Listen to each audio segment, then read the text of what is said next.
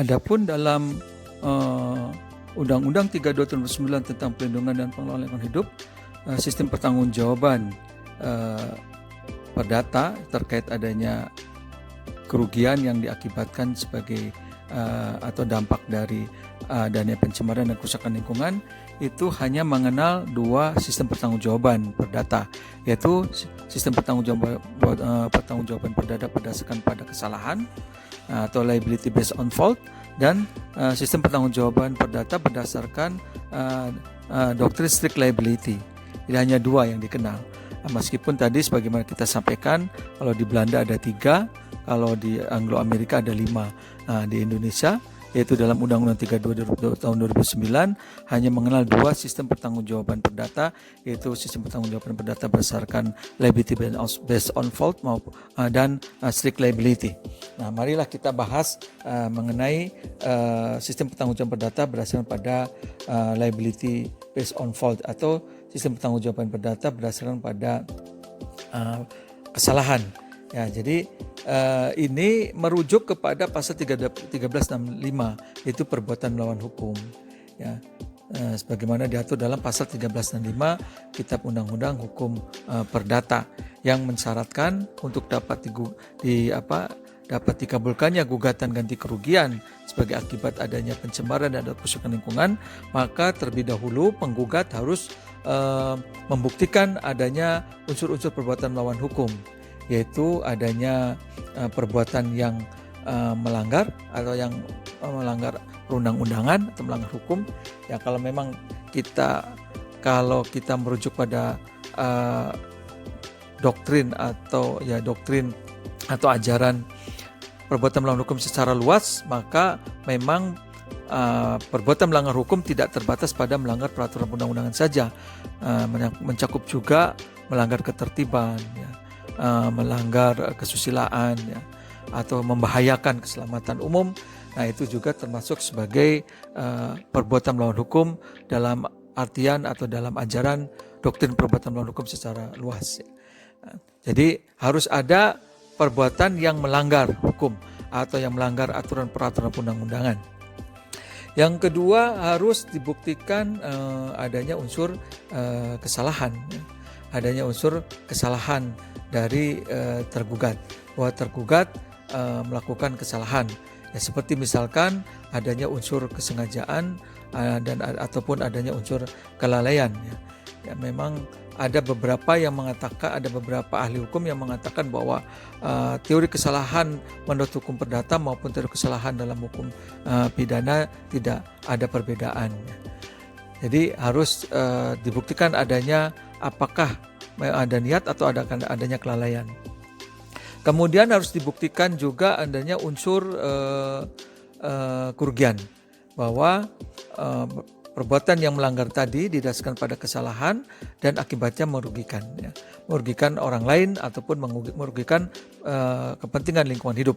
Ya, jadi khusus untuk lingkungan hidup ini, selain merugikan orang lain juga diakui merugikan lingkungan hidup. Jadi kalaupun hanya merugikan lingkungan hidup, maka ini pun dapat diajukan tuntut gugatannya ke pengadilan. Ya, dan yang unsur yang keempat adanya hubungan kausa.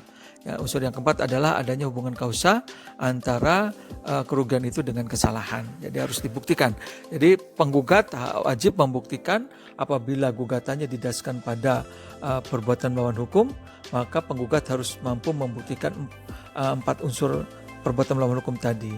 Harus membuktikan adanya perbuatan melanggar hukum atau melanggar peraturan undang-undangan, pasal mana yang dilanggar, ketentuan-ketentuan mana yang dilanggar, kemudian bahwa pelanggaran dilakukan atas dasar kesalahan, didasarkan kesalahan, kemudian mengakibatkan kerugian, baik kerugian pada manusia, ya, pada penggugat, dan atau pada lingkungan hidup. Kalau pada lingkungan hidup berarti penggugatnya harus untuk dan atas nama kepentingan lingkungan hidup. Dan adanya hubungan kausa antara kesalahan itu dengan kerugian. Nah, berbeda dengan perbuatan berdasarkan pada perbuatan melawan hukum, ya, atau tanggung jawab berdasarkan pada kesalahan, berbeda dengan hal itu adalah strict liability, ya. Bahwa di Indonesia Undang-Undang 32 tahun 2009 sudah diyakini bahwa Undang-Undang 32 tahun 2009 tentang pelindungan dan pengelolaan lingkungan hidup hendak mengatur atau mengadopsi strict liability. Namun ini masih banyak kesalahpahaman terkait strict liability ini. Ada beberapa pendapat-pendapat yang berbeda. Mengapa terjadi kesalahan atau pendapat-pendapat yang berbeda? Karena strict liability dicoba untuk disepadankan dengan model pertanggungjawaban yang ada di Belanda. Memang karena Indonesia ini dulunya dijajah Belanda berdasarkan ajas tupaslah perklaring dan gelah teling, atau berdasarkan ajas pemberlakuan dan ajas penundukan diri secara sukarela, itu hukum-hukum Belanda berlaku juga di Indonesia. Salah satunya lah Kitab Undang-Hukum Perdata, sehingga seringkali orang mencari padanannya dengan peraturan undang-undang yang berlaku di Belanda.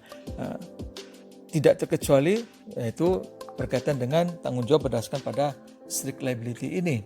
Banyak para ahli mencoba mencari padanannya dengan sistem pertanggungjawaban yang diatur di mencari padanan strict liability ini dengan BW, dengan apa yang diatur di Belanda.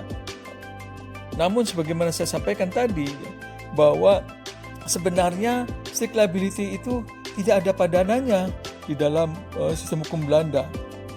Tidak ada padanannya. Mencoba mempadankan strict liability dengan sistem pertanggungjawaban perdata di Belanda ini akan menimbulkan kesalahpahaman. Mencoba mensepadankan strict liability ini dengan risiko aansprakelijkheid, dengan tanggung jawab berdasarkan risiko. Ini akan membingungkan Ini akan membingungkan kalau disepadankan strict liability ini dengan model pertanggungjawaban di Belanda. Di Belanda juga dikenal adanya tanggung gugat berdasarkan kesalahan dengan pembuktian terbalik. Ini akan bingung lagi karena ini juga dalam strict liability pun ada ciri-ciri bergesernya beban pembuktian, atau ada ciri-ciri pembuktian terbalik, sehingga ini akan bingung akan bingung kalau disepadankan dengan Belanda, apakah strict liability ini sepadan dengan schuld aansprakelijkheid ataukah dengan risiko aansprakelijkheid. Nah, ini akan bingung. Maka saya katakan bahwa ini tidak ada padanannya dengan sistem pertanggungjawaban di Belanda. Karakteristik strict liability dengan sistem pertanggungjawaban di Belanda ini berbeda.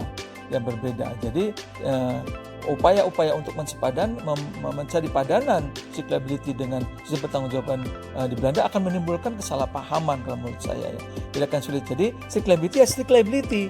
Maka untuk yang ingin mengetahui bagaimana strict liability itu, maka kita harus menafsirkannya berdasarkan secara historical. Kita lihat sejarahnya, yaitu sejarahnya di Inggris. Strict liability ini sejarahnya di Inggris, yaitu dalam kasus Ryland and Fletcher. Dalam kasus Ryland and Fletcher itu strict liability ini dimuncul atau dimulai atau doktrin strict liability ini tercipta atau terumuskan dalam kasus Ryland and Fletcher di Inggris pada tahun 1868. Jadi untuk memahami bagaimana strict liability, bagaimana doktrin strict liability, kita harus melihat kasus Ryland and Fletcher pada tahun 1868 di Inggris.